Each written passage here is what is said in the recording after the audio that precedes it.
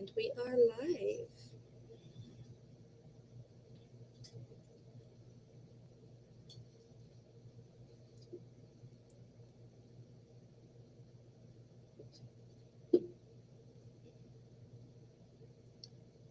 Just gonna give it just a few minutes to see if people are coming in.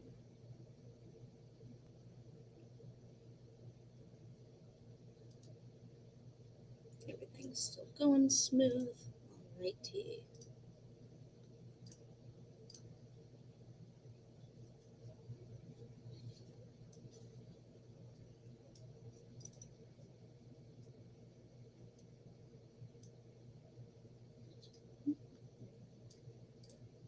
There we go. Alrighty, guess I will get going then. So today's webinar is about what is my skink thinking. A lot of people have asked this, quite a few related questions over the years, and I feel like there's not that much discussion regarding the actual way that skinks and reptiles tend to communicate. It's certainly gotten a lot better over the years. Over the last few years, a lot more folks have been coming out with more studies on reptile behavior across many different species of snakes, lizards, and even some studies on chelonians. I don't know how to pronounce that. I'll admit that. So working at Happy Dragons, I am really excited to be working alongside them and the rest of the team.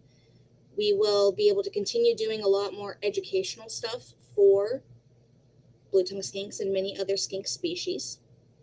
Folks will also be able to jump in on any future studies for research purposes, or for example, I've asked multiple folks in different groups for photos to assist with showing information. So we also have a whole list of thank yous on here as well to all of those. But being part of Happy Dragons, you will be able to easily join in on a lot more exclusive research and assistant opportunities when it comes to learning about blue-tongued skinks and other skinks in general. So today we are starting with, what is my skink thinking? So going through what is inside, we're going to go over how they communicate, how to read the whole book, not just one page, the variance in behavior, and reptile mental health, just one small part of it. We're also going to be going through positive and negative interactions, enjoyment versus tolerance, typical skink activities, sick skink behavior, brumation behavior, estivation behavior, choice-based handling, how to pick up your skink, green flag communication, yellow flag communication, red flag communication, and common questions. So starting off, how skinks communicate. Blue-tongued skinks, like many other reptiles, express themselves through body language, hissing, and pheromones, since they do not possess vocal cords. Now, if you've interacted with the blue tongue, you must be thinking, but they make noise because they hiss. However, that's caused by them changing the amount of air that they can expel through their mouth and nostrils. So if they forcefully expel that air, that is what creates that hissing sound. So as reptile enthusiasts, we can pay attention to their body language more than their pheromones or the exact meaning of their hissing, because there can be multiple meanings depending on the context, and we will go into that here in a second. So some of the body language that we want you to look at when it comes to reading what your skink might be thinking are the eyes, the breathing, and the posture, or how they are displaying themselves. So as I'm sure many folks have heard, eyes are the window to the soul, and that goes for all animals, in my opinion and in my experience. Eyes can communicate a broad spectrum of emotions such as interest, disinterest, discomfort, fear, and more. When it comes to their breathing, he's got this video here. If you pay attention to his throat, that is called golar pumping. When you observe their throat and sides, as their breathing pattern is crucial for understanding their emotional state and overall health. Paying attention to that breathing can tell you a lot about how they are feeling in the moment. Now, when it comes to their posture and display, that's just the generalized, loudest body language they can really do to communicate with you. Because to me, that's the most obvious. They want to be loud, they want to be big and clear about how they are feeling if they're upset, like Pantalaimon here is. So we recommend reading the whole book, not just one page. So certain methods of their communication, like hissing, as I mentioned before, can mean a variety of things. So this is why it's important to apply context and interpret multiple different areas of communication. That way you can read the complicated book of what they are thinking. If you just read one little piece, you might misinterpret exactly what they are feeling. So variance in behavior is quite important as well. There will always be some variance in terms of behavior, providing another reason why it's always important to include context and observe multiple areas of communication rather than just one. Especially, we should be observing over a long period of time when it comes to any changes in behavior, or if there's any abnormal behavior. You want to observe that over a few days at least, and make sure you document it. So each skink does have their own individual personality, including individual preferences. Some are more bold, some are more shy, some communicate very loudly, so they will be bigger, they will be more obvious with how they're communicating, or they will be more quieter, less obvious, a little bit more timid. And not every day is the same for them either. They always have to thermoregulate themselves. They have to regulate their moisture levels. They go exploring for food and enrichment. So, of course, every day is just a little bit different for them. So if you do have a slight difference in behavior day to day, that is perfectly normal and nothing to be concerned about, given it's not consistent or extreme. And we will be going into those extremes later.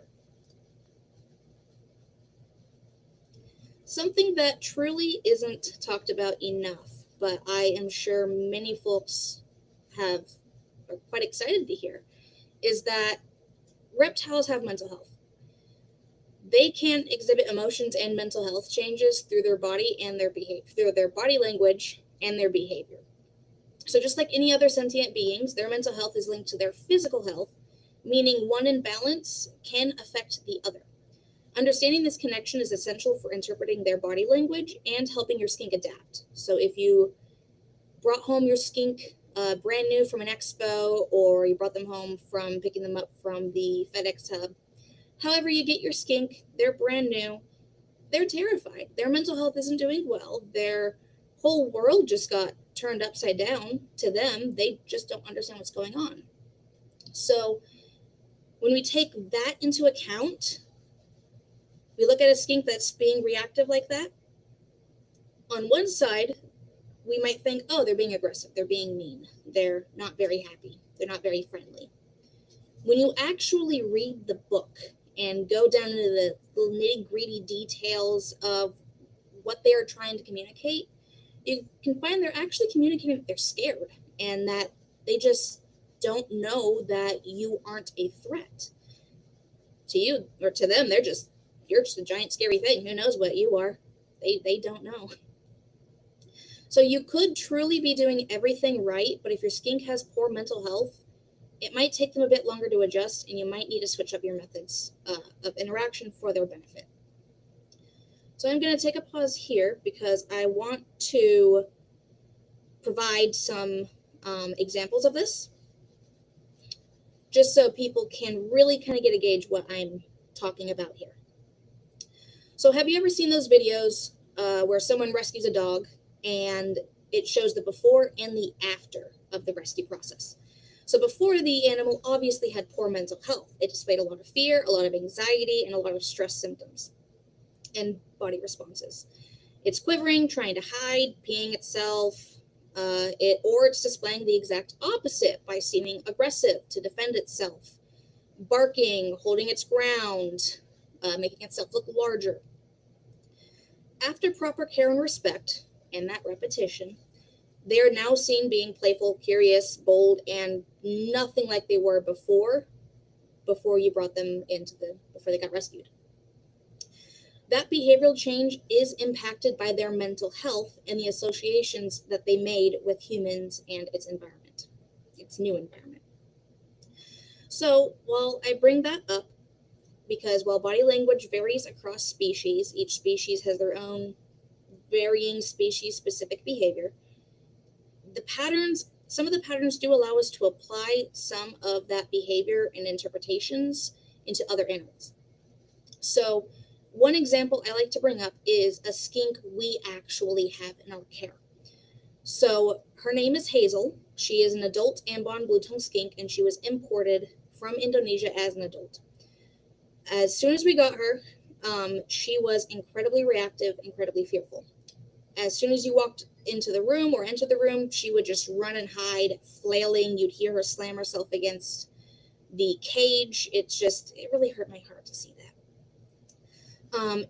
She would also make herself look larger or try and false strike if you got close to her. If you tried to touch her, she would try to bite you. She wouldn't latch. She just wanted to give a warning bite, a go away. I don't like you. This is scary. This is uncomfortable. And she even damaged her face from how aggressively she would slam herself against the walls and just everything trying to escape. This is a skink that had truly poor mental health because she was in a chronic state of stress and fear. No matter whose environment she was in, whose care she was in, no matter the environment, no matter the husbandry, no matter how we changed things up, this skink was just nothing but terrified. So we went through with choice-based handling, which we do go through here on this as well. Now, about a year later, she stays basking when we enter the room. We can approach her and fill her water dish without her so much as hissing. She takes from the tongs on her own terms, and sometimes we can hold her without her biting and flailing. So if in an emergency we need to pick her up, she doesn't want to be picked up. That's going to be a bit of a fight for her to try and run, but we can hold her without her freaking out if we need to in an emergency, which is a win. I don't need to handle my animals all the time. So comparing Hazel to how we first got her to today makes her nearly unrecognizable.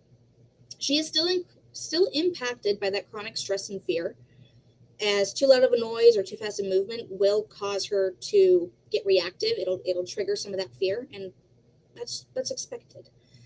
So that reaction is still significantly reduced. And to me, that is one of the most obvious signs and ways I can show people that reptiles truly do have mental health. Because these were long-term observations with incredibly limited changes until we went completely hands-off. So positive versus negative interactions. These are quite important as well. This is truly what gave us some of the most success with Hazel. This is one of the bases of choice-based handling is the positive and negative interactions and how they perceive it. So when you're interacting with your skink, it's crucial to gauge their perception of the interaction as positive or negative. As a fearful skink that consistently interprets interactions positively will learn to trust you, that you are a food provider, and they may become more willing to engage by themselves. Conversely, if interactions are perceived negatively, the skink may remain fearful, often resorting to fight, flight, or freeze responses.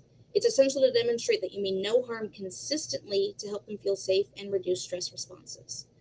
So if I constantly came in and interacted with the skink and say, let's go with this buddy here. Say he did that with every single time we interacted, and I kept interacting with him despite him doing that, it just floods him more and more, because that is him telling me, I'm uncomfortable, I don't like this, leave me alone, and I'm not respecting that. So I keep going at him, he will keep doing that. And it's very unlikely he will change. Either he'll keep doing that, sometimes they might get much more reactive, or the opposite, they will completely shut down, and they're just too scared to do anything. So enjoyment versus tolerance is a big thing that gets mistaken in the community quite often. They keep getting swapped. Or, that's not the correct word. It gets misinterpreted. Tolerance in reptiles gets misinterpreted as enjoyment. So, for example, when a blue-tongued skink is closing its eyes while being pet, it may be incorrectly viewed as enjoyment. However, this response is mostly discomfort or avoidance. On the other hand, true enjoyment is reflected through a range of positive behaviors, commonly recognized by their interest levels, such as their food choices or their curiosity in exploring new objects. So I'm going to play this video again, and you can get a gauge for how Apollo behaves when I come in to pet him. You can see he's flicking his tongue, so he's interested, like what's going on, my brain's thinking, but you can see he's breathing heavier, he was hissing, and you can see he started to pull away and was closing his eyes. That was him communicating that he was not comfortable with me touching him. He wasn't comfortable with that communication. So, typical daily skink activities can vary, again, depending on the needs that your skink is currently experiencing. But this is pretty common and pretty normal for them. So, blue-tongued skinks are diurnal, which means that they are most active during the daylight hours, and they do tend to investigate a lot during that time as well. They often do it really quietly and when humans aren't around. So when folks say that their skinks are lazy or they're not moving around much, I honestly recommend getting a 24/7 camera on them and just watching them quietly from a distance where you're not disturbing them, because they're prey animals, so they can spook pretty easily, even if they trust you. Sometimes they just prefer it to be very quiet and very calm before they prefer to wander around. Again, every skink is different. They're all individual. They all have their own preferences. So when it comes to basking, they're mostly observed basking during the mornings as the temperatures start to increase and warm up, and they tend to bask a little bit more in the late afternoons after the hottest part of the day. As during the hottest part of the day, they typically tend to burrow down or go and hide and just rest while the heat of the day is on. I mean, I get pretty irritated in the heat. I get it. It gets tiring sometimes. Maybe we're all just lizards at heart. Anyway, so digging and burrowing is frankly a requirement, in my opinion, for their enrichment and for their mental health purposes. I've seen blue-tongued skinks as well as other fossorial species just dig because they just wanted to dig. Even if you think you have enough substrate, they just keep digging. So again, entirely individual, but digging and burrowing is a critical part of their enrichment and health, as they are fossorial. So digging and burrowing keeps them entertained, keeps their scales healthy, and it helps cool them down, provides more humidity, and it helps them feel safe because they're completely surrounded and hidden. So sick skink behavior, I wanted to provide some examples just because it can be difficult to tell, and that variance in behavior can overlap with some sick symptoms, which is why it's recommended to really observe over a few days and read the whole book, not just those few symptoms that are ringing off red flags. Read the whole book, which I know it gets difficult. So we all care about our animals. So not all sick skinks exhibit the same behaviors, as their reactions and symptoms can vary significantly based on the illness as well as the severity of the illness that they are experiencing. Reptiles are adept at concealing their ailments, as displaying signs of sickness often increases their vulnerability to predators. So they hide it so that way they don't get predated on. Words. Monitoring your skink's body condition and weight is just as crucial as monitoring their behavior and the behavioral changes. However, it's also essential to note that not every behavioral shift is a concern. Keep in mind, you got to read the whole book. So we'll go through these. This skink has a respiratory infection, internal parasites, and external parasites. And as a result of those, they were also very anemic and malnourished. So in this video, you can see that they are sneezing, they're breathing very heavy because they're struggling to breathe, and it's hard to see in this video, but there is some slight eye bubbles going on when they breathe. and that's typically caused by the mucus as well as the stuck air. Poor things. Whoop. Going back. So with this one, their eyes are squeezed shut. If they're squeezing their eyes shut a majority of the time, that's them saying they really don't feel well. That's them. Same with over here to the right, just slumped over, eyes closed. That's the equivalent of us holding our stomachs, going over, and then just being like, I don't feel well, I'm sick, I'm uncomfortable, stuff like that, depending on what illness that they are experiencing. So when it comes to for 6 symptoms to go to an ER vet, these are the symptoms that you should be going to an ER for. If you experience any of these symptoms, that animal needs an emergency vet within 24 hours, preferably sooner, if you can. Common symptoms of just general illness is discharge from the eyes or nose, bubbles from the eyes, nose, or throat, coughing or wheezing, excessive sneezing, because they do sneeze normally, so it's excessive sneezing. Weight loss, which is 10% or more of their initial weight, is when it's a concern. That's why it's important to monitor their weight and their body condition. Lethargy, as well as droopy or sunken in eyes. Those tend to be pretty common. Yeah, your skink's likely sick symptoms. So these are symptoms that we recommend investigating further, as there may be other reasons for why they are displaying these behaviors. So that's a loss of appetite that can be caused by too cold of temps, brumation, or even breeding season.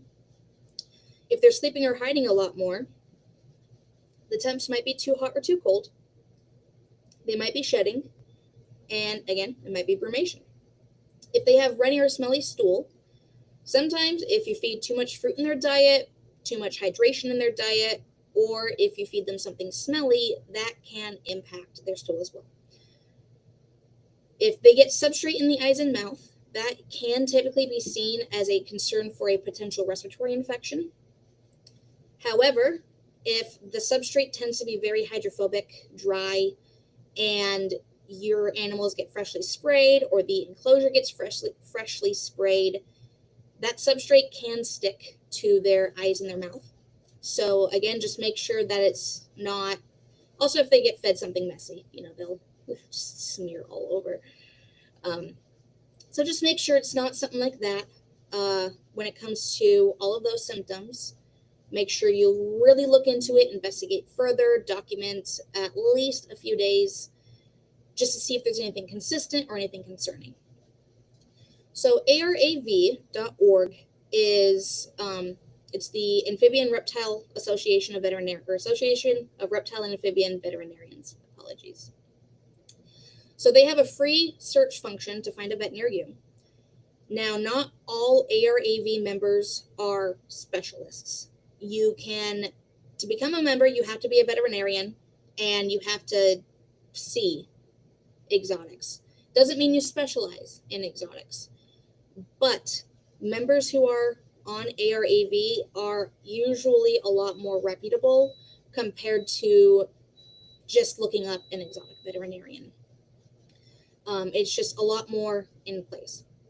So if you want to be a lot more secure and comfortable in your choice of exotic veterinarian, we recommend really researching the different veterinarians you find on ARAV.org and looking to see if they are a diplomate through AEMV, EAZVW, AAZV, and ACEPM. These are all incredibly accredited associations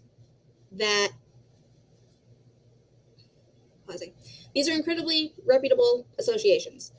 And diplomates from these associations have extensive experience, studies, research, etc., whatever they did to really specialize in these.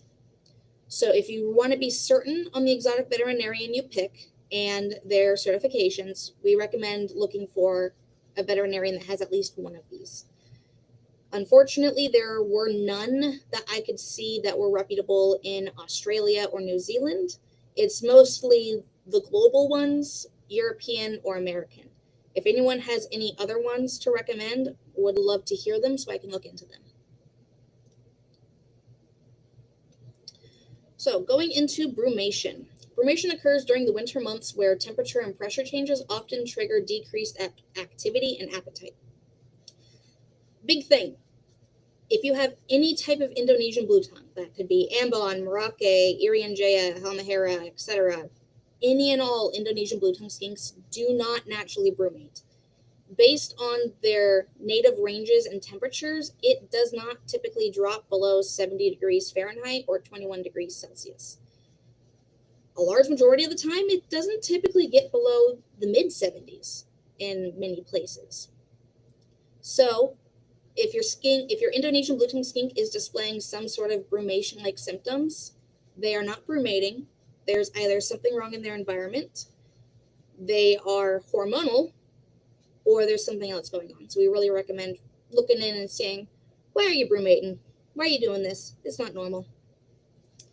So brumation will happen with the Australian subspecies. That's northerns and easterns. Not all Australian blue tongues will brumate, but it's really common for them to do so. So signs of brumation is refusing all or almost all food. They're not eating for months with incredibly limited weight loss. They're hiding incredibly frequently. Sometimes they come out and bask now and then, but the majority of the time they are hiding excessively. Hiding 24/7, not basking, sleeping for days or even weeks at a time. And they might be a lot more grouchy than normal. I mean, I'd be grumpy if you woke me up too. During brumation, you do not want to offer food once they become disinterested, as they are not receiving the proper temps for them to be able to properly digest food, meaning food can rot in their gut. So don't feed them during brumation. Offer fresh water daily as usual, as they will come out to seek that as needed. You want to offer at least 2 hides that provide 100% shade so they can feel very secure, calm, quiet, hidden away. And you can reduce hours of daylight to about 6 hours a day. That's based off of some studies in Australia.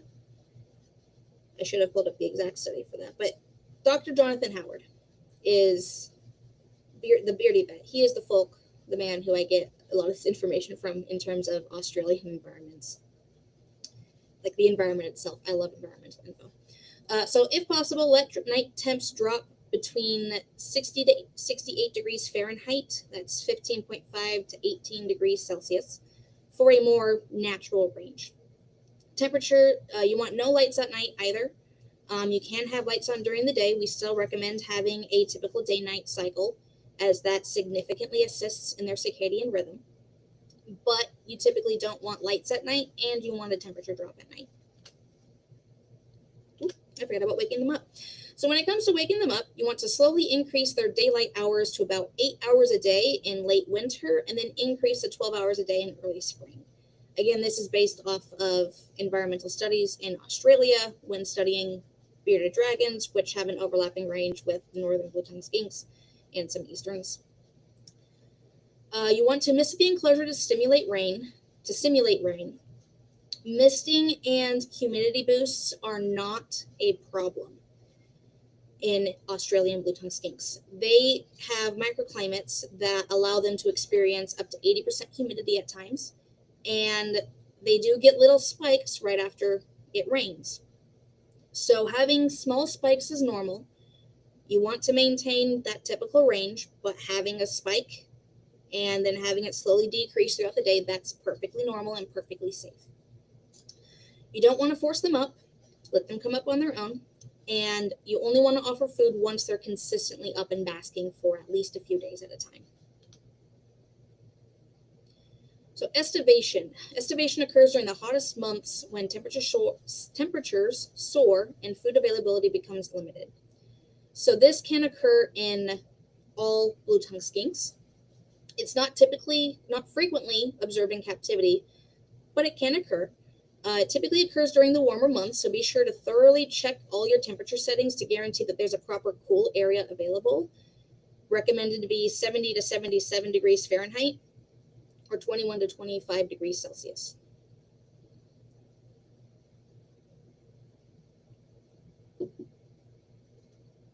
So that reason being, in our facility, we have to, every summer, we have to switch out our 75-watt bulbs to go down to 50 watts or even 25 watts because the facility, the room itself, tends to get very hot, and more heat bulbs means more heat. So we have to frequently check our temperatures to ensure that no enclosure is overheating and to ensure that all the skinks have access to a safe range so they can regulate themselves as they need.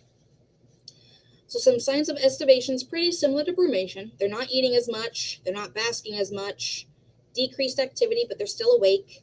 They tend to be burrowing on the cool side excessively, really burrowing under their water dish, and avoiding the hot zone excessively, despite proper temperatures. That's important. If the temperatures in the enclosure are too hot as is, they will be displaying escapism behavior, trying to escape that, cool down, etc. But if the temperatures are proper and they're still displaying these symptoms, they're likely going through estivation. Choice-based handling. This is, frankly, my most favorite part of this whole thing. I'm very excited about this. So we highly suggest exploring the YouTube playlist by animal trainer and behavioralist Lori Torini. I apologize if I am mispronouncing that. So those playlists focus on choice-based handling, and it goes a lot more in-depth with information. So although her videos primarily center around snakes, they serve as a fundamental resource for establishing trust with a wide range of animals. And I've used this significantly to help with all different types of lizards, from the skinks to iguanids to agamas. I mean, yeah, that's just like broad spectrum generalized, but it really does help serve as a good foundation for understanding how they think in general. So there's her YouTube channel right here. And then this QR code goes directly to that choice-based handling playlist that I mentioned earlier. So by reversing the roles between keeper and animal, we put the animal in control of the interaction. By offering choices and respecting their decisions, we build their trust. Patience and repetition is key, as every skink has their own pace, and they do thrive with consistency and repetition. Choice-based handling is incredibly rewarding for both handlers and the animals, as your skink may surprise you as you both learn to connect with each other through trust and respect.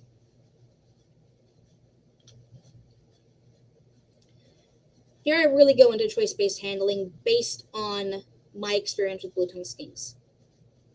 So if your skink is hiding or they're closed off, you need to pause and wait.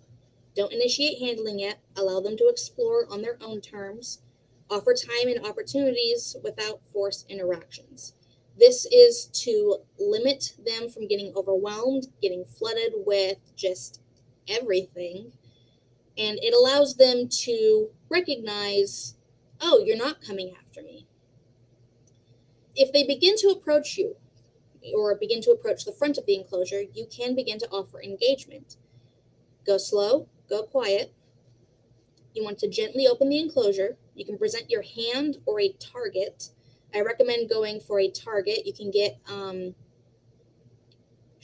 what are they called? The target training sticks. There are silicone ones that you can get, and we recommend getting silicone target training sticks. That way, if they do end up being reactive and biting it, it will not hurt them because it's silicone. And you won't get hurt either. That's very important too. We don't want anybody getting hurt. No humans, no animals. No one's getting hurt. There's always ways to work around their individual needs and preferences. And then you can let them to choose to interact with you, sniff you, or climb onto your hand. I know sometimes it can be difficult to tell if they're sniffing you because they think you're food or if they're just investigating you. If they come up and they're sniffing you, they're tongue flicking your hand or whatever, that is them investigating you. From there, it can be hard to tell if they're just going to turn and walk away or if they're like curious if you might be food. It's usually curiosity, It's never anything intentional or mean. It's more curiosity of, oh, is this food? Let me try it. That rarely happens, to be honest. I only have a small handful of skinks that will really do that, and that's because they're just incredibly food motivated. Food is love, food is life for them. Like, you can barely handle them because it's like, oh, food. But we're working on it. It takes time, it takes patience. The exact same thing, but all the choice-based handling, same methods. So if they retreat, avoid contact, you want to give them space and respect that choice. You want to remove your hand and allow them to recover. You can repeat later. Consistency without pressure supports trust. So you want small, short interactions that end on a positive note. So if your skink is starting to display, we're going to go through green, yellow, and red flag behaviors here in a minute. So if your skink is starting to display yellow flag behaviors and you pull away, that is your skink communicating, I'm uncomfortable. You respected the fact that they were uncomfortable, and they go, oh, okay, this is okay. And typically it does take repetition, but that is ending it on a positive note for them. So if you just have consistent small interactions that end on that positive note, we're getting there. That's what we want. So if they voluntarily approach you or even climb on your hand, you want to calmly reinforce that. Again, they're prey animals. They can get spooked easily. So you want to use soft verbal praise or a neutral cue, so no loud noises. And if appropriate, you can pair with a small treat or food reinforcement. Because positive associations, I call them my little favorite dumpster animals. They eat everything. So I find food to be a very good positive a very good positive reinforcement for the blue-tongued skinks. So if any of the yellow or red flag behaviors appear, like I mentioned earlier, you want to pause immediately. You want to step back and give them time to return to their normal behavior. You want to note the triggers and adjust your future sessions accordingly.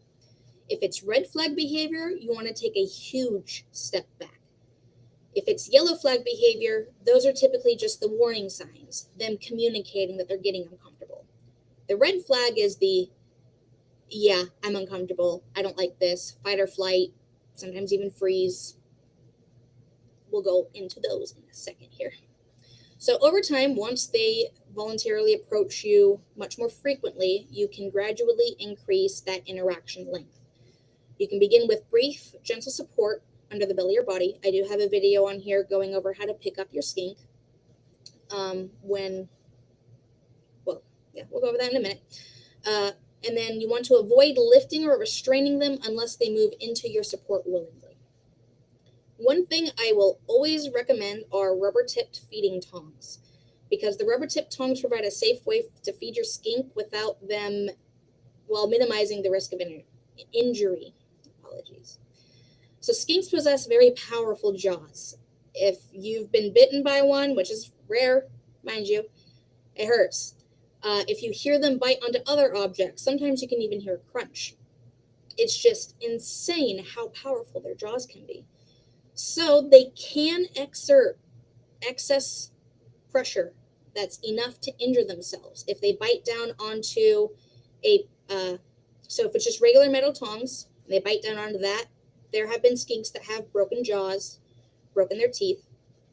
It's not very common because they have to really, really bite down hard. And that's typically seen in a very reactive skink, either fearful wise or incredibly food motivated wise. That does not happen often. But because of that risk, we do recommend the rubber tipped feeding tongs, because it does significantly reduce, based off of our experience, it does significantly reduce the chances of them hurting themselves if they happen to be very reactive. So going into reactivity, here's what we recommend for very fearful skinks on top of the previous slide. So if your skink is so reactive that it scurries away and hides whenever you approach, or often it simply tries to strike you or bite you, They're just really, really scared.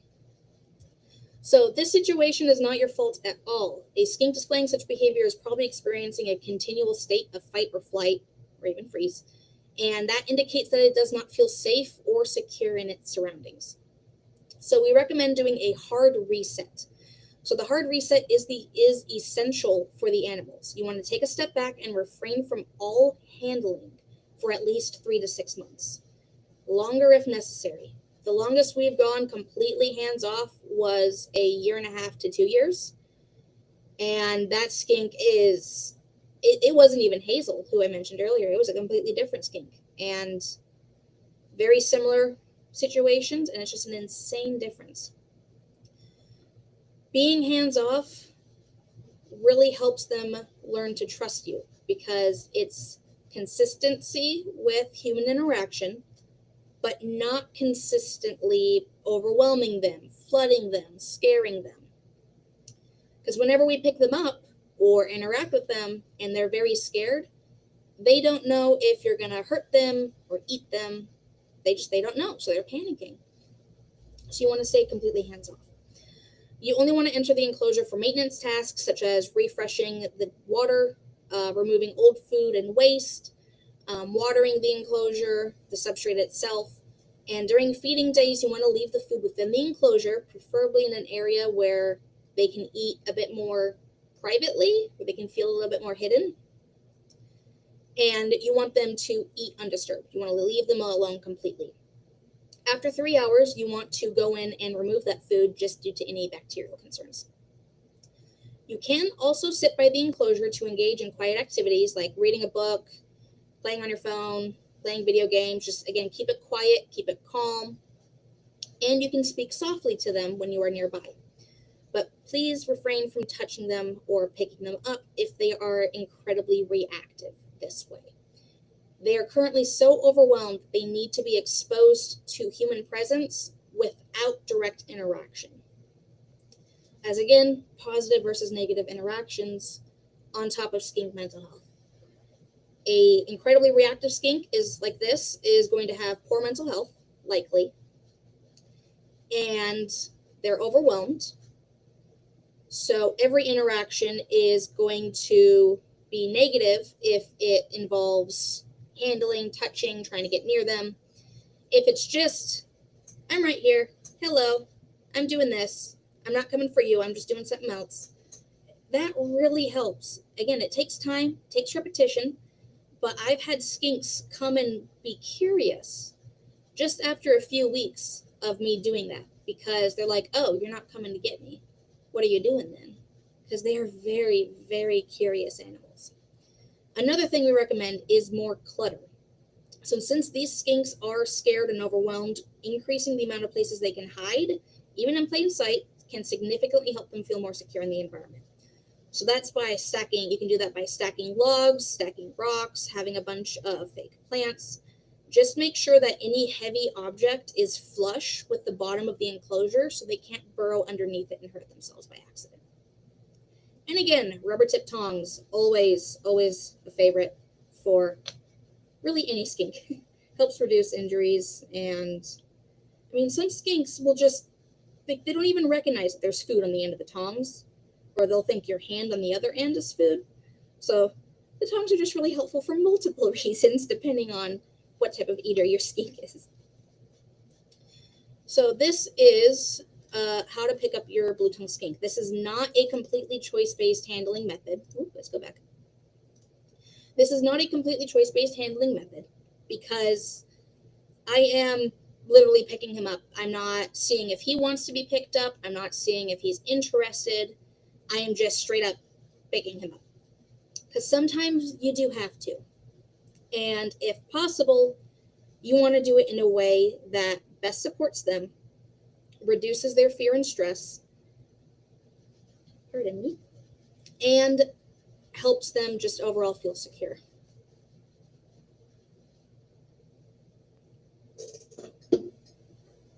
One second. Have a cat, because he's bugging me. He wants attention. So everyone gets to say hi to Hat. His name is Finn. Anyway, back to this. So when lifting these terrestrial animals, it's crucial to understand that their triggers and adapt our methods accordingly. They are grounded creatures, so it is necessary to support them for their stability. The scoop method offers a smoother transition from the ground to the air, which reduces their feelings of instability. Approaching them from above can make them perceive you as a predator, so that should be avoided unless absolutely necessary. Sometimes, unfortunately, you do need to go in like a hawk and pick them up if they are an escapee. Or if you're in an emergency, like if there's an issue with the house or whatever, and you really need to get them out, that's where you got to go. Just in those situations, safety of the animal comes first over their respect. When it comes to emergencies, safety comes first. So in the first half of this video, you can see that Apollo was tolerant of being picked up. He wasn't very happy about it, you can tell, because he wasn't tongue flicking that much, but he's like, okay, whatever. And then the second time I go to scoop him up, you can see he's like, all right, I'm not interested anymore, so I'm going to climb off. So I will hit play on that for you.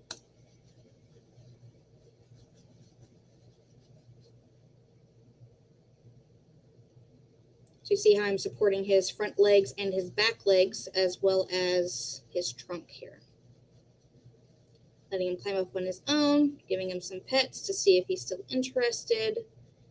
Another scoop up, and he's like, all right, I'm done. I'm not interested in that.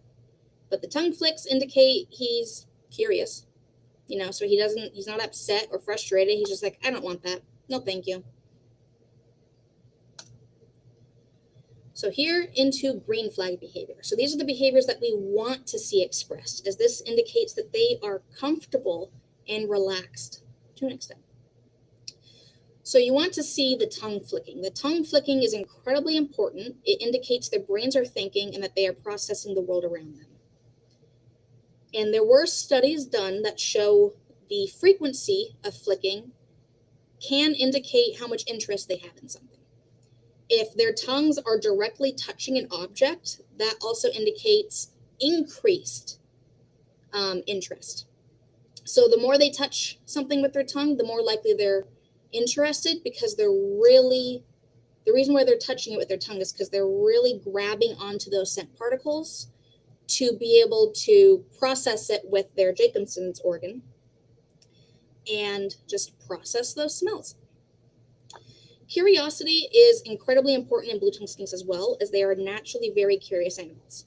They enjoy investigating objects and observing their surroundings. So this is Apollo interested in my camera.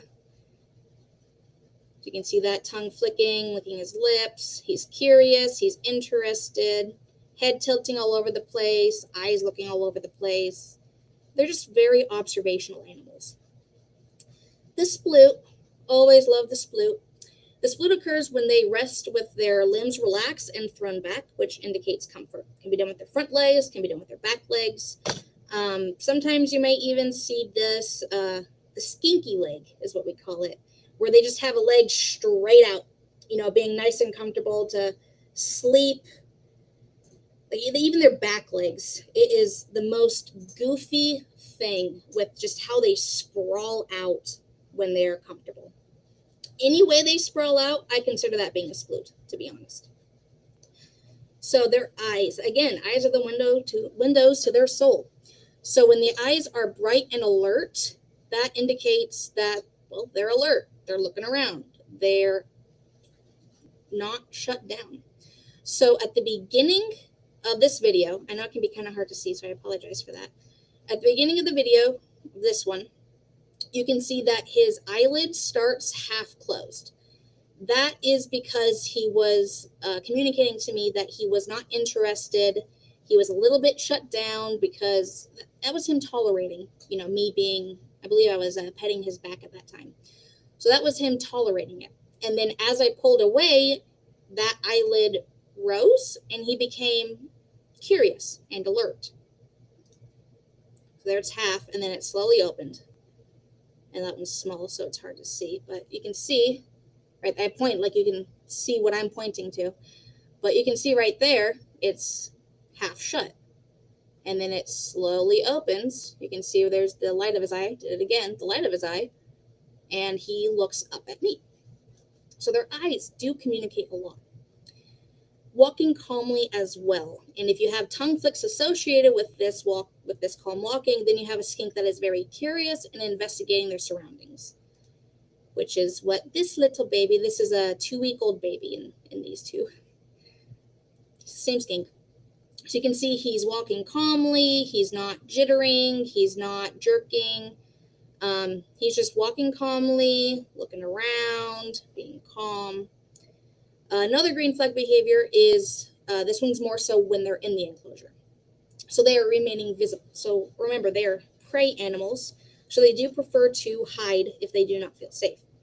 So if your skink remains visible while you're near or you're working in their enclosure, that shows that they do have trust in you. And of course, that amount of trust drastically varies by skink and how much work you've done with them.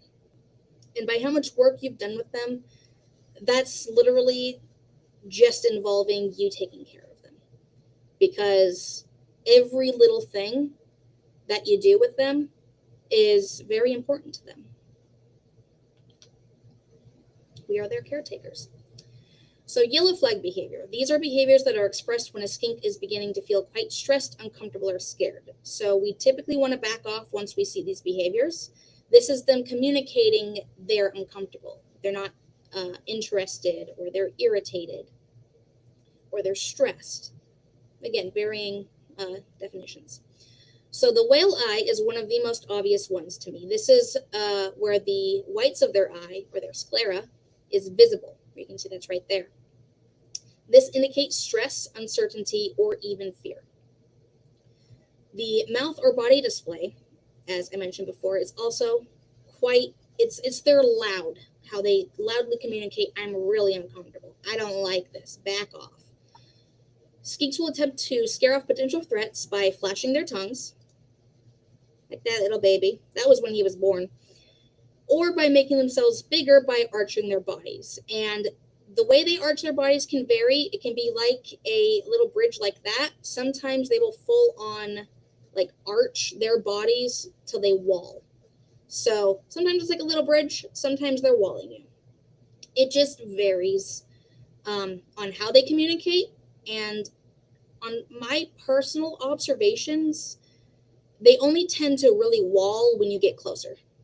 And that's them like really saying, back off, I'm really big, because I'm getting closer to them and I'm not backing off. So they're trying to make themselves bigger.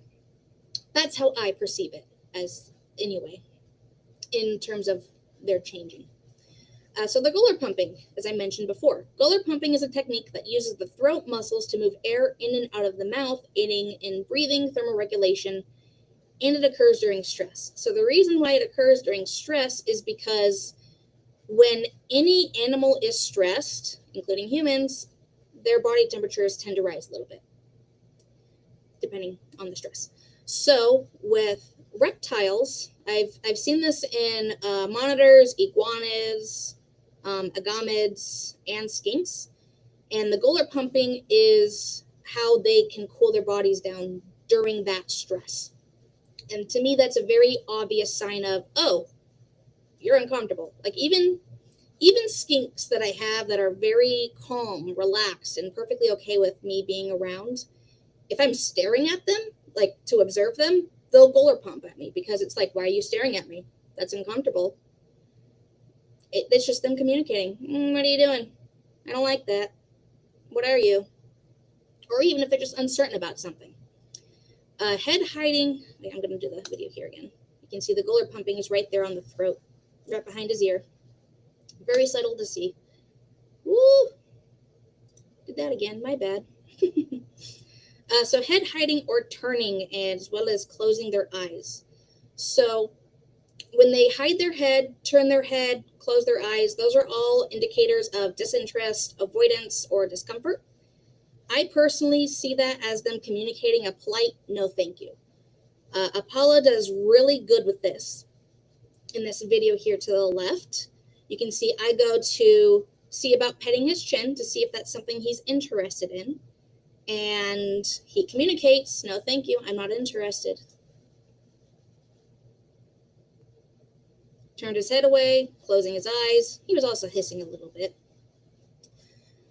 Tail wagging. Not many people have seen skinks do this, but this is seen in males and females. It is not restricted to any sex. And tail wagging is seen as a sign of uneasiness or discomfort. They've been observed to tail wag at new objects that they don't recognize, other skinks, and even humans. I particularly see tail wagging during my breeding attempts or my pairing attempts, where they're still trying to understand who the other skink is and if they're a threat or not. So typically my more fearful skinks, my more shy skinks, they typically tend to do more of the tail wagging because that's them communicating, I'm nervous, leave me alone. But it also, from my observation, it indicates submission. There's been a couple other breeders who have mentioned this as well, where it's indicative of a sign of submission, that they don't want to fight, that they don't want to cause any harm. Definitely would love and need a lot more observations and investigations on tail wagging, but those are our personal observations, us and multiple other breeders and long-term keepers. So here is that tail wagging. This is a slower one. No, there we go. My bad. I keep clicking to the next one. So there's the flicking, little wagging, and then hissing. Can't hear it, but you can see it, just how heavy she's breathing. So hissing can convey a variety of meanings, including annoyance or irritation, discomfort or uncertainty, or they may simply be expressing their dislike. This is truly subject to interpretation, but we have found that shorter huffs typically indicate more annoyance or irritability, or just like a short, leave me alone, I'm not interested. While the longer huffs tend to indicate more discomfort or fear, or a more firm, I'm not interested, leave me alone. But again, that specific bit has been our own interpretation, as well as an interpretation of a few other breeders. So if anyone else tends to really observe on that and make notes, would love to hear it. We're doing the same.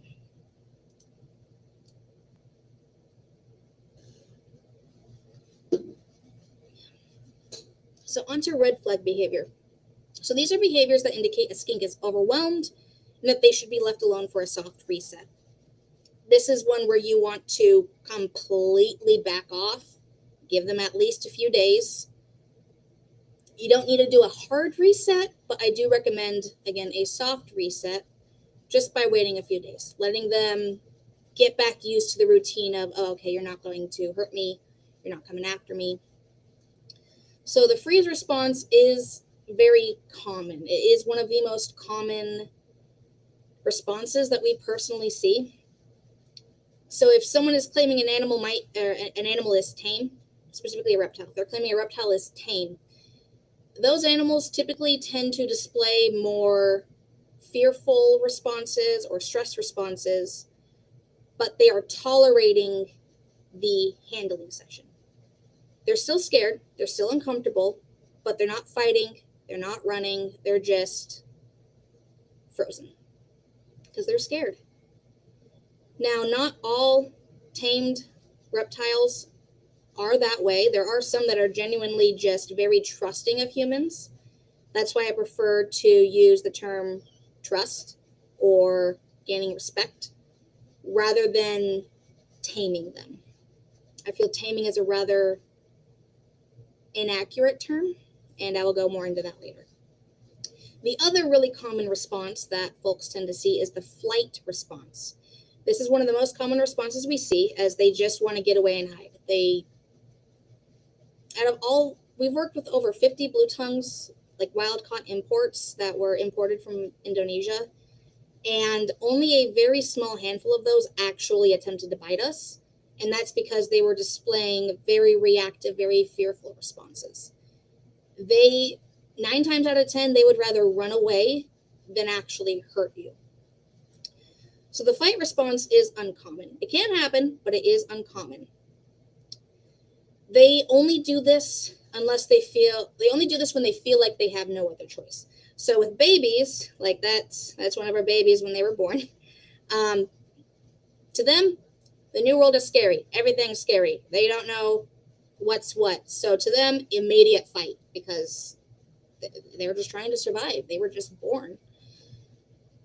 And I only see that again in very few other blue-tongued skinks.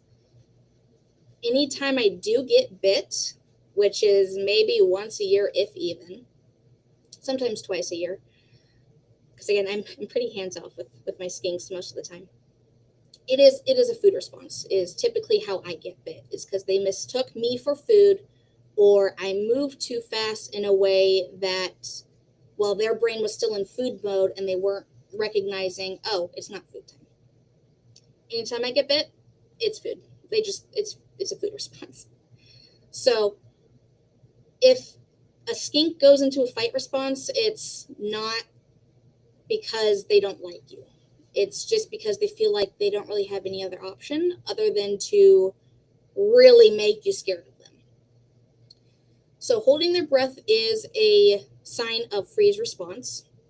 So while the respiratory rates do differ from ours, you can clearly see when they hold their breath. So it might be difficult with this being small, but with this video next here, you're going to see she exhales, and then she takes a deep breath, and then she holds her breath. And that is abnormal, because she will sit there and hold her breath for 30 plus seconds, sometimes longer, and she only does that during interactions when she's going into shutdown. She doesn't do it anymore, thankfully, unless we do overwhelm her during medical appointments. That's normal, unfortunately. But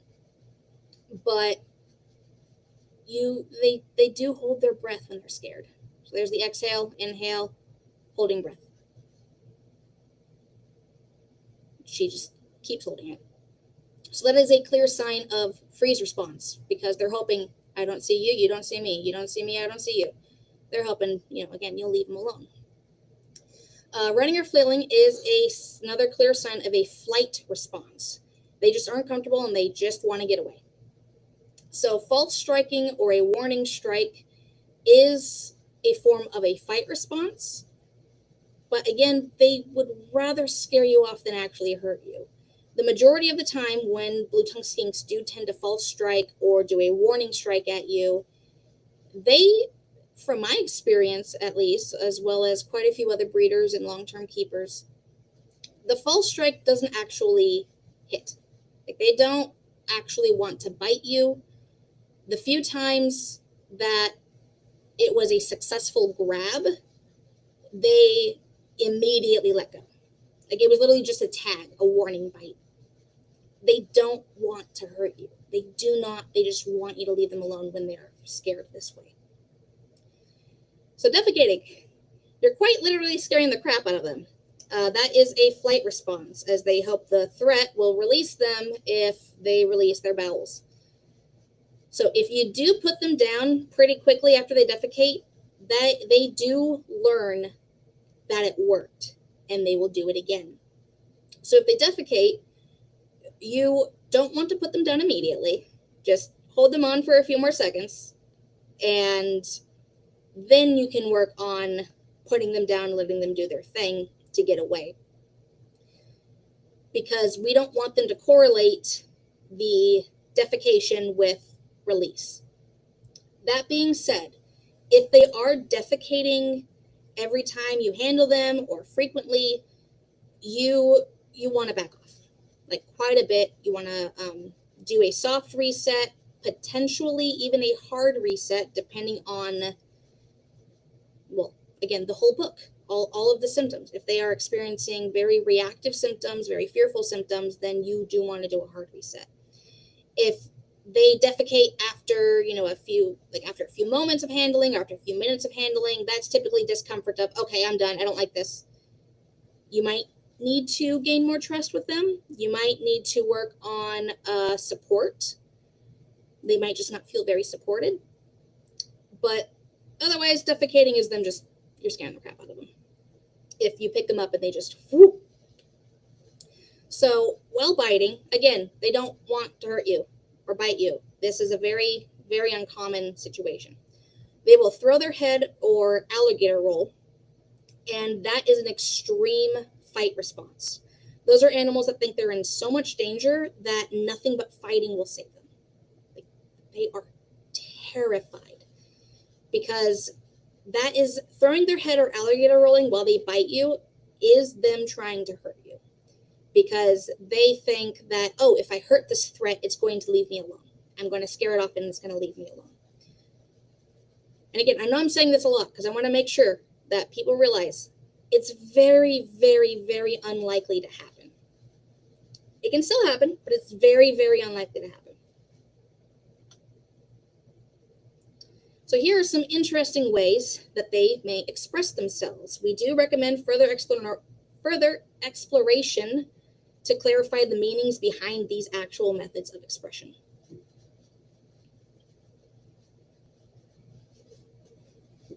So eye pinning has been observed in birds. Like, this is a pretty common response that we see in birds as it's a reaction and a response to stimuli. So it could be enjoyment, excitement, fear, discomfort, etc. It could be a broad range of emotions.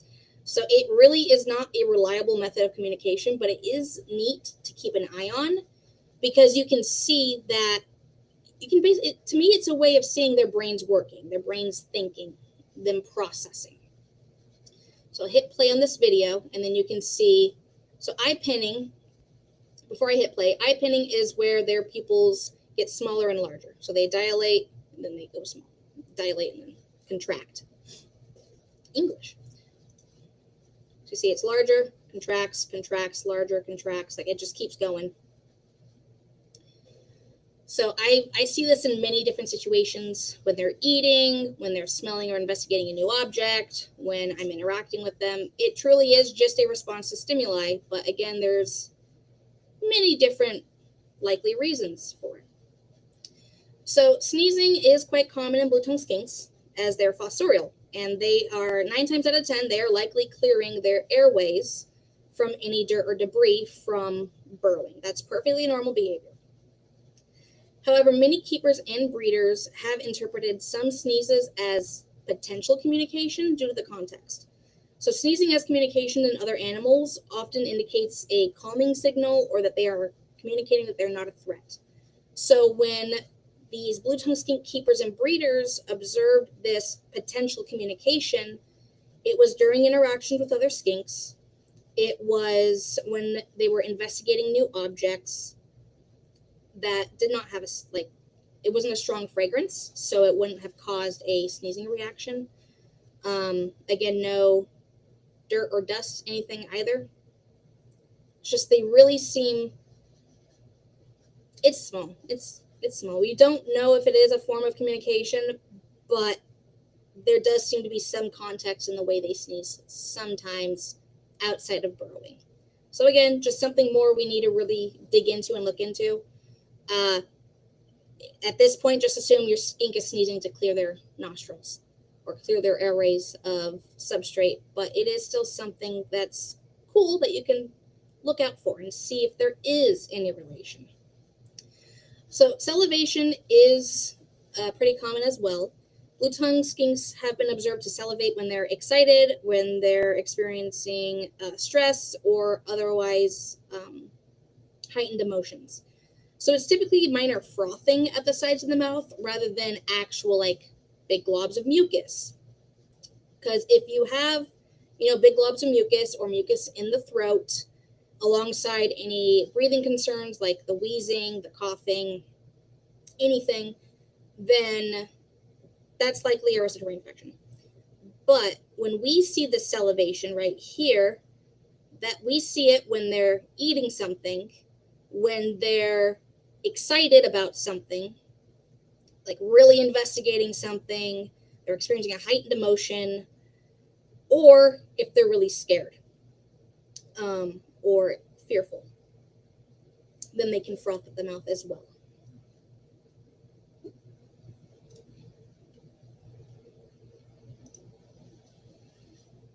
So we are going into a small test.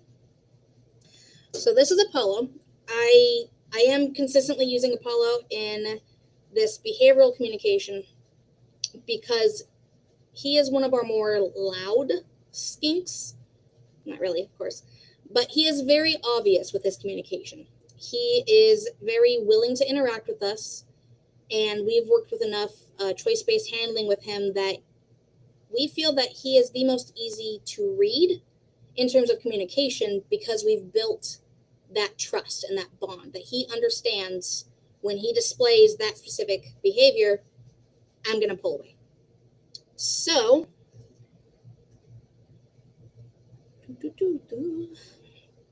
Apollo right now with choice-based handling, he does choose to interact with us on his own terms. When we open the enclosure, he'll come to see us and interact with us. We can call him. How we recall is we just do tapping, which is the tap method. So we will tap on logs, rocks, the ground, just right by the opening of the enclosure, and that triggers them to come and see, oh, what's going on. That's how we can recall him and a few of our other skinks. It's just, for us, that's an invitation of, hey, do you want to interact? So I wouldn't say that Apollo enjoys being pet or handled, but he doesn't seem to mind it. It is a lot of tolerance with him. But he is more willing to interact than any of the other skinks, which leads me to believe he is willing to interact. He is enjoying some of the interaction. Because if he wasn't enjoying it, he wouldn't be so willing to come up and interact and investigate us and communicate with us. So I'm going to hit play on this. I'm going to start at the beginning.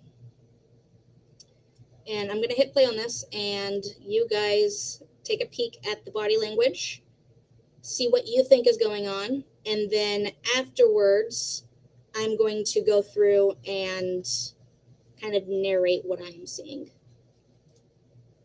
Backing that up just so it's easier to...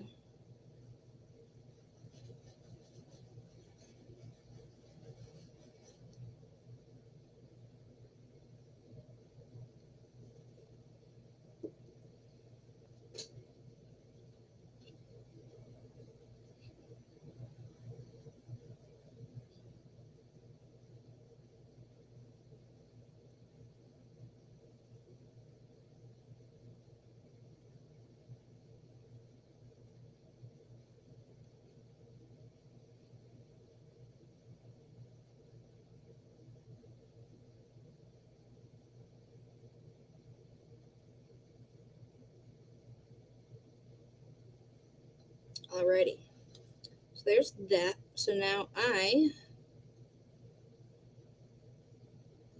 going to, just the easiest to, alright, so now I'm going to go over what we were observing and what I learned, what I am interpreting from his communication. So I begin by bringing my hand in low, which is less threatening than approaching from above. This is a way to see if he's open to contact, and he responds by turning his head away, signaling disinterest. In this context, that turn is his way of saying that he just isn't interested and he doesn't want to be touched. So as I move a little closer, he closes his eye, which was right there. I clicked the wrong thing again. See, he's closing his eye. That's indicating... It's another strong indicator of, no, thank you, I'm not interested, I don't want to be touched. That's him communicating, I don't like this, no, thank you. So I pause right there to see if he will re-gauge on his own, but you can see he quickly closed his eye again, and he's been huffing this whole time as well. Just communicating he's a little bit uncomfortable, but after that pause, and then the eye close again, that's him saying, yeah, I'm really not interested. So that reinforces his earlier communication of disinterest. So when I pull my hand away, you're going to see that he opens his eyes and he seems to perk up a little bit, indicating a renewed interest now that the pressure has been removed, the pressure being my hand. So he kind of perks up a little bit. So I start tapping. This is the tapping method I was talking about. I tend to tap on objects to call them. So he flicks his tongue, which signals curiosity or interest. It's signaling that his brain is thinking. It's working. He's processing. However, you can see his eyes are still half closed or squinting slightly, which, along with the body language of the huffing, suggests that he is unsure or uncomfortable. But when I open my hand again, so you can see I will turn it. Let me just play. So I'm tapping. He's curious. He's interested. So I offer my hand again. And that is just clear. Oh, that's interesting. What are you doing? What's that? So he's here. He steps forward and begins investigating me with that tongue flicking, that open eye. And so here you can see he turned his head away. He looked away. That is him indicating, yeah, I'm not interested. So I move. He huffs again, closes his eyes slightly. I go to pet him, and he backs off. So that is him communicating overall. He's not interested in being pet. He's curious to see what I'm doing, what I might have. He's a little curious. He doesn't want to get scared off, but he's not comfortable with being touched or handled at this time, which is perfectly reasonable. Boys. Cats. So, I love Apollo for communicating and showing people what it's like for them to communicate in an interaction. So this is also the video. I can't really scroll it. Okay, want it there. But this is that video that I was talking about where the eyes would go half closed and then they would open up. So this whole thing will be available separately as well, so folks can easily just click through and review it as they need and everything. So now on to the review. Blue-tongued skinks, though they lack vocal cords, are constantly communicating how they feel through their body language. So by learning how they communicate with us, we can read the book that tells us what they are thinking. So while this information is based around blue-tongued skinks, it can be used to assist in your efforts to interpret what other lizards are communicating. And keep in mind species-specific behavior. So one of the easiest quick things I can bring up is monitor lizards and hognose snakes will auto-hemorrhage. So they will make their mouths bleed as a way to, scare off predators, potential threats. Blue-tongued skinks don't do that. So you really need to keep in mind species-specific behavior when it comes to interpreting any of the animals you are working with. So now I'm going to go through some common questions. These are questions we see pretty frequently in regards to how they communicate, what they're trying to say, what certain behaviors mean. This is just some of it. So while these are the common questions we see, I'm going to be holding off on a generalized Q&A until we have another little podcast webinar going on after this with Roy and Savannah. So that's at 8 p.m. Eastern, 5 p.m. Pacific. So gladly join in there as well. But let's get through some of these common questions. So one of the most common questions I get is, what species or gender of blue-tongued skink is friendlier? And honestly, the answer is none of them. None of them are friendlier than the other. Personality is entirely individual. You are much more likely to get a more social skink that's less fearful through a reputable breeder rather than a random expo or store purchase. Mind you, those animals can still come from reputable breeders, but there needs to be that paper trail and that information of who produced the animal, where it came from, how they work with it. So just getting a skink from a reputable breeder is incredibly recommended if someone is trying to research which one is friendlier for them to get. It's hard to sex them anyway, so it really doesn't matter. Another common question is, I just got my skink, when can I start handling? We recommend remaining entirely hands-off for at least 3 to 6 months. It takes them time to adjust to their new homes. And if we really interact with them, or as in like handling, before they are comfortable and ready, that can push them more into being a little bit of a recluse or being more nervous. Again, this doesn't always happen. Some skinks adjust much faster than others. Some skinks are much more willing to interact with humans than others.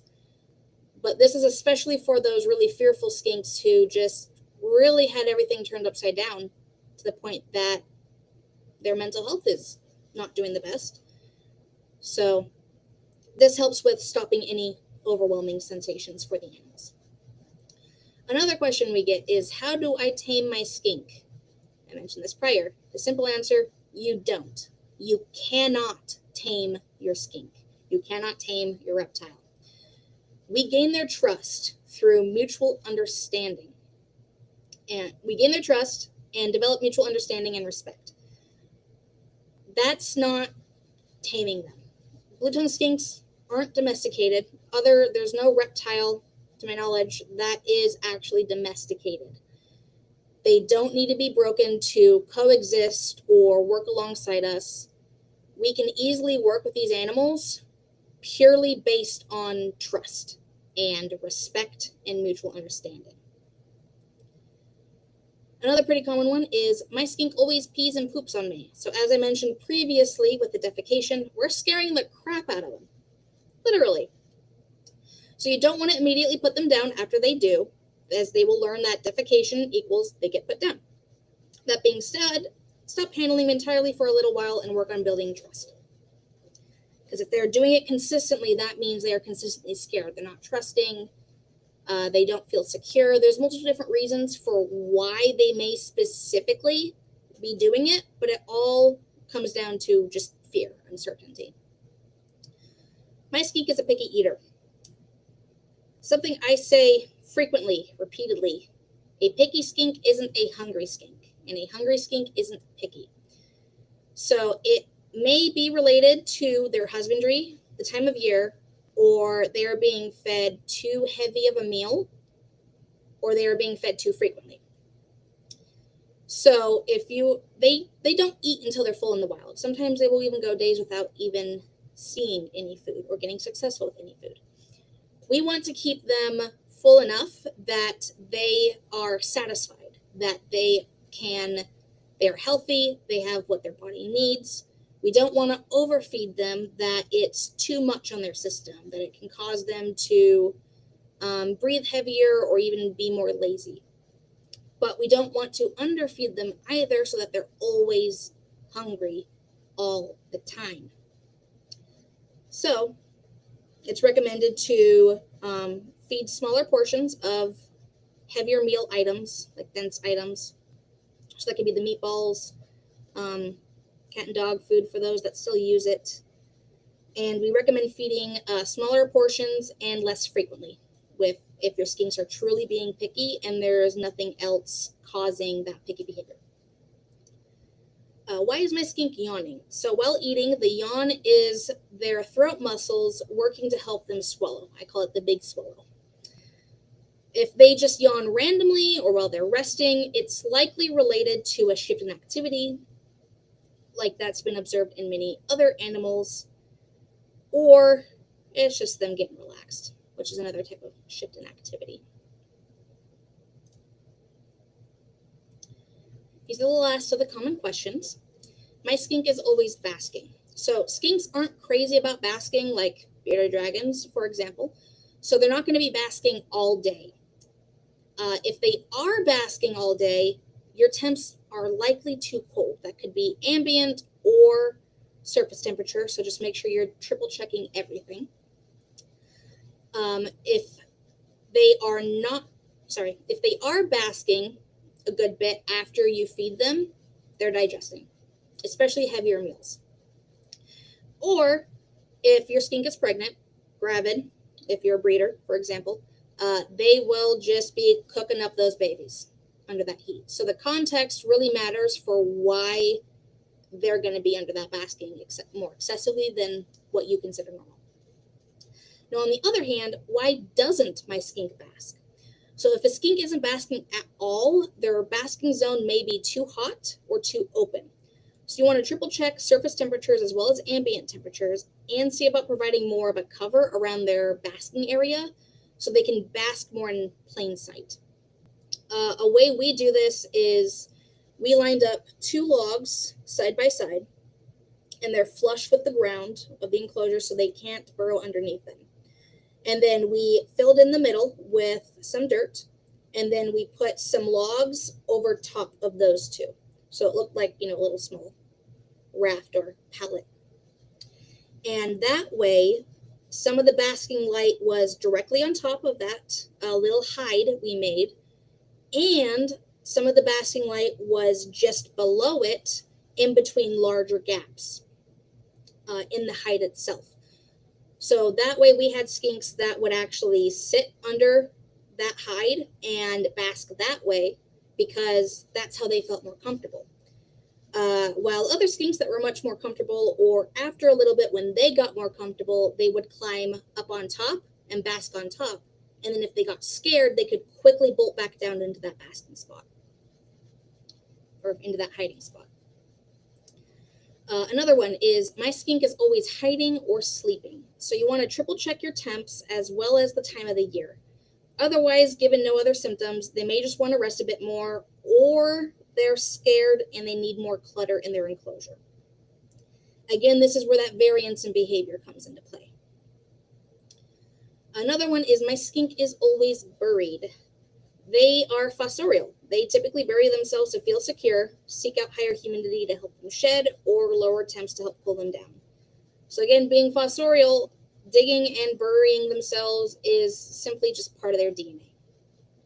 It is required for enrichment, that substrate to allow them to dig and allow them to bury themselves. That is absolutely required for their benefit for their mental health and enrichment. My skink is wall surfing or pacing. Too hot of temps or hormones can cause this behavior. However, this also indicates interest in something they see outside of the enclosure, but it could also indicate boredom. So they're displaying escapism behavior, trying to entertain themselves, get out, do something else. So sometimes they are genuinely curious about humans, and they just want to interact with you and see what you're doing. And that's another reason for them to come up to the wall of the enclosure and start pacing and surfing at the entrance to the enclosure. It's one of the many reasons.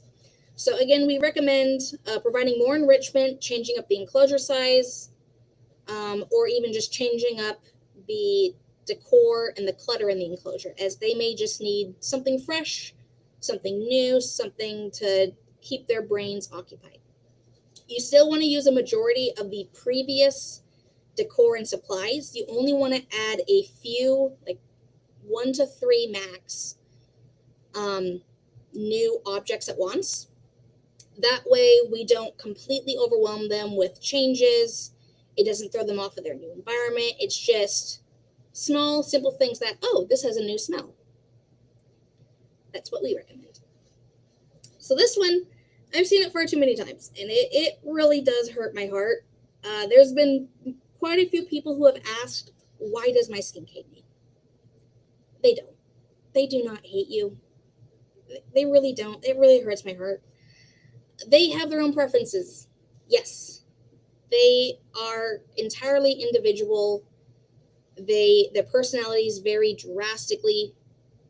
However, these animals are often just scared. They're just scared. They're just nervous. They just don't understand that you're not a threat. You're not a bad skink owner. Especially if they're scared of you, you are not a bad skink owner. You are not a bad skink owner if your skink is scared of you, or if your skink is reactive, because 9 times out of 10, that's nothing that you as a keeper have done.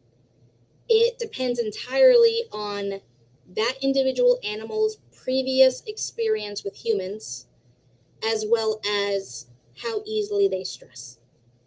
And again, that's entirely individual. So here's a special thank you to everyone here for allowing me to use their photos, their knowledge, and long-term observations. So this was specifically the Blue Tongue Skink Discord server, but we strongly recommend joining the Happy Dragons Discord server.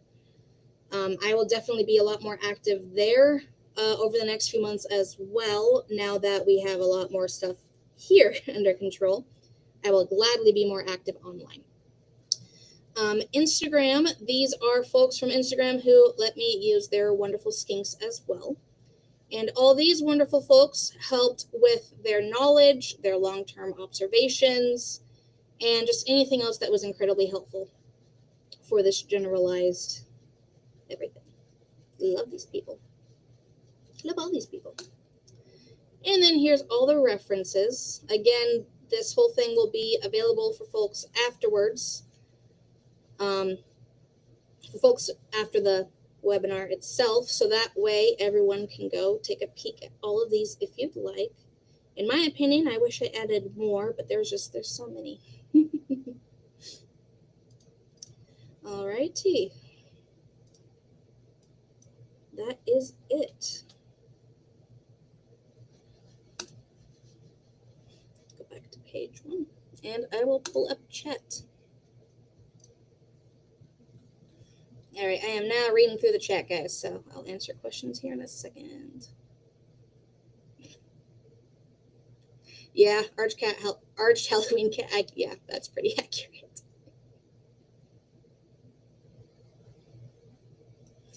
Yes, so when really any lizard, you can see this with just about any reptile. The level of the brightness, the level of light is significantly different outside than it is inside enclosures. So to them, when they're outside, they're seeing everything. And I mean everything. They see things a lot differently when they're outside. So if they're not used to that, it can cause them to spook, because it's just an overwhelming of, oh my gosh, what is all of this? What is everything?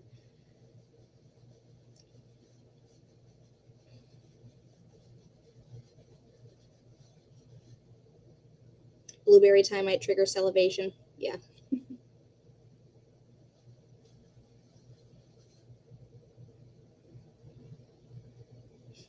Spork, yeah. Yeah, Spork's likely on there too. Wait, no, Spork was on there. That's right. I am poor with my memory sometimes. But yes, everyone, please go join the Happy Dragons Discord server. There's going to be a lot more fun stuff coming over the next few months. So much crazy stuff. We'll also be able to communicate a lot more one-on-one, do a lot more consultations. Again, more research-based stuff, though those ones are more subscription-based with Happy Dragons. I will still gladly help people for any questions, concerns, anything. Breeding efforts have been going pretty well in the States. I definitely see captive bred endos being a lot more common breeding projects in the future. Right now, there are less than 20 active Indonesian breeders in the United States that I'm aware of online. I'm sure there might be more. I'm sure there are more that just aren't active online.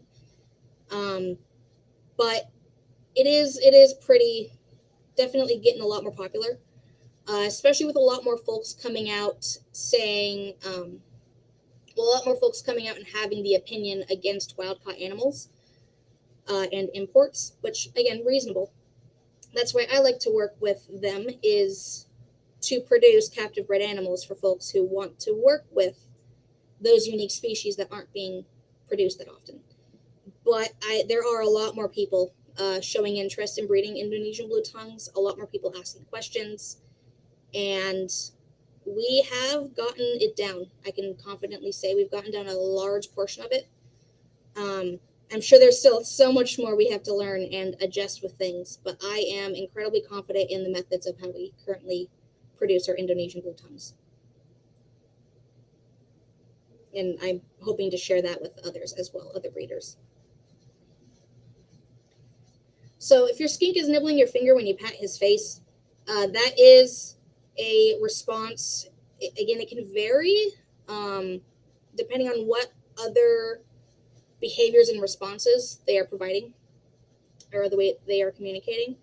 But typically, if you go and poke your skink on the face, from my experience, it's typically a food response. They're like, oh, something touched my face, therefore it might be food. So they just go for a chomp. But again, being a light nibble, that's more of is this food? Are you food? Rather than it being, chomp. It's typically curiosity or based around being a food response.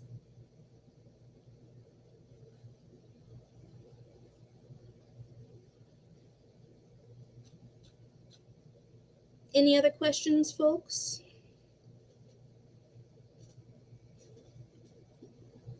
I don't have any opinions on shinglebacks. The limited experience I have with them is, or really it's knowledge at this point, not experience.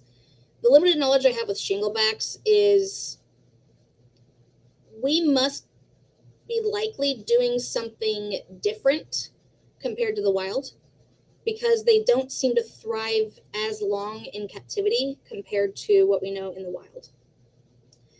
That being said, there are a lot of efforts, like a lot of global efforts working on the species, working on improving them.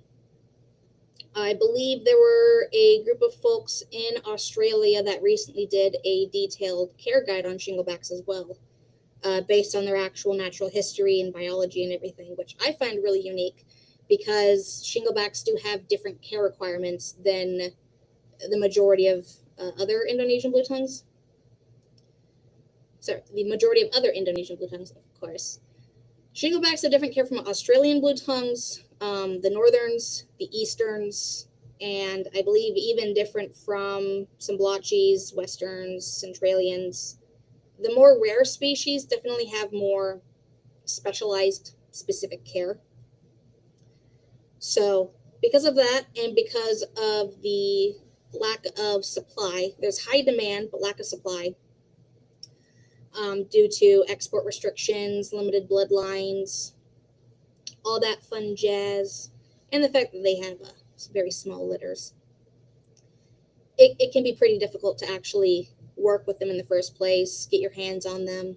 So that's typically why I don't have an opinion on shinglebacks at this time.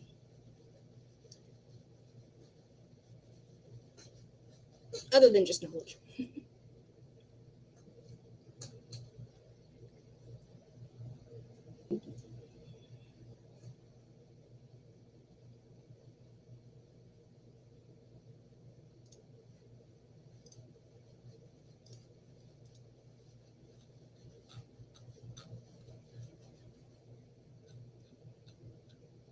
Alrighty, I'm not seeing anything else. Oh, Lonan.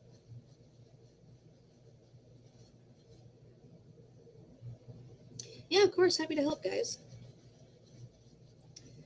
Any other breeds, skinks or not, you feel should get more attention from people? Honestly, that's a hard one. Because I guess it really varies by, I guess, the preference, the reasoning behind it. For example, I really love Peter's Banded skinks.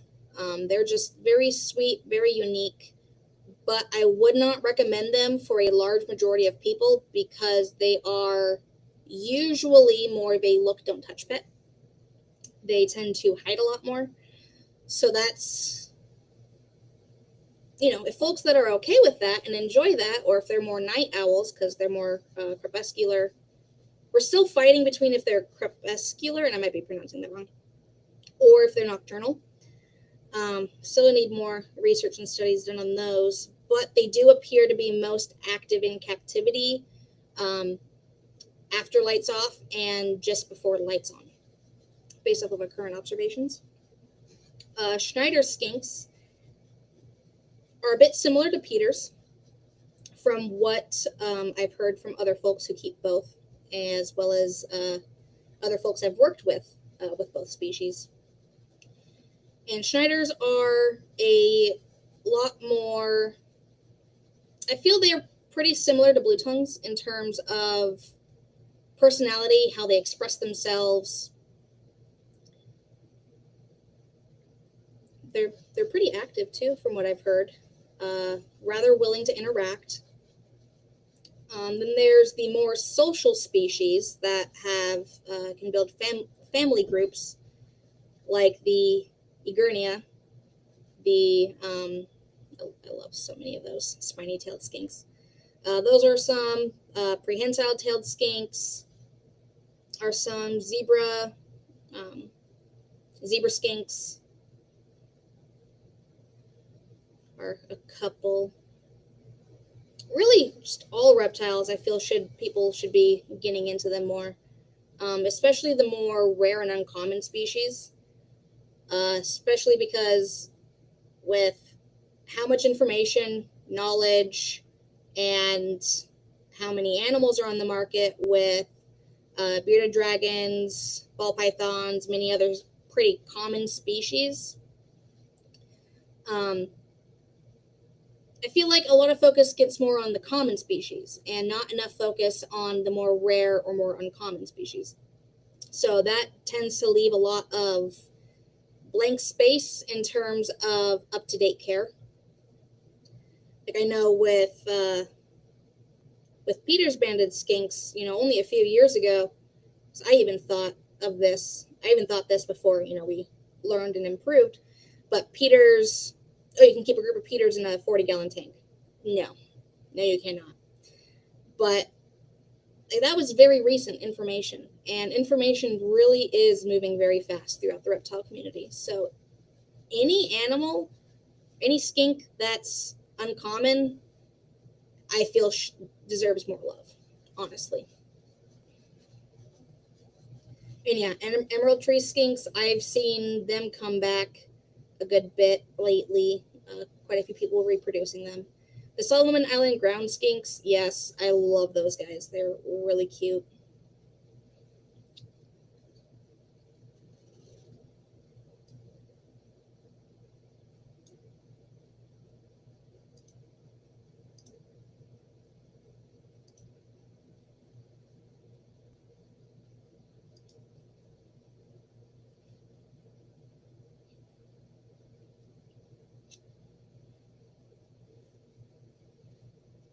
Alrighty, guys. If that is all, then I appreciate everyone for coming, as well as folks who stayed to watch after it gets all uploaded after the live.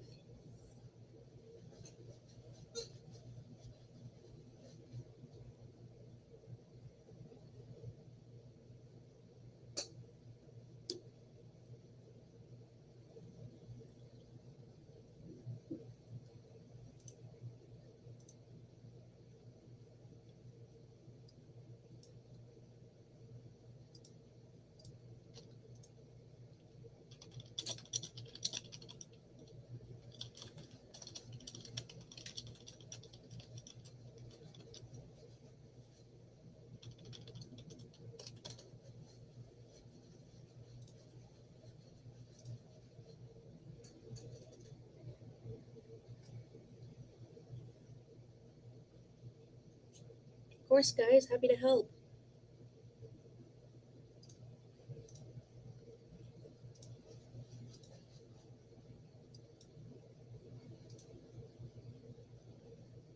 And I'm sure there's still so much more we have to learn in terms of communication, especially as we dive into other species. But hey, that's always open to interpretation. Always learning.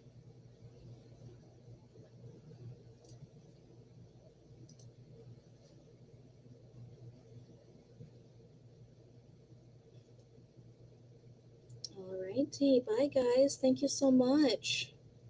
We'll see y'all next time.